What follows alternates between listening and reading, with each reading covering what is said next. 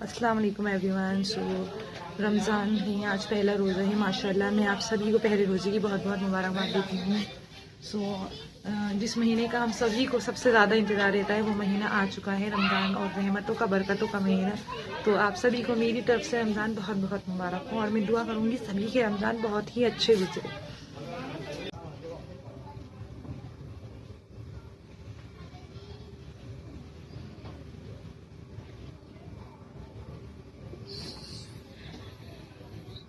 बस ये काम निपटाते हैं, फिर हम चलते हैं असर की नमाज़ को, क्योंकि नमाज का वक्त हो गया है, और उसके बाद हम करेंगे इफ्तियार की तैयारी, क्योंकि बहुत कम टाइम रह जाता है फिर इफ्तियार के लिए। तो बस जल्दी से ये फिनिश करके, नमाज अदा करके, और फिर हम चलते हैं किचन में।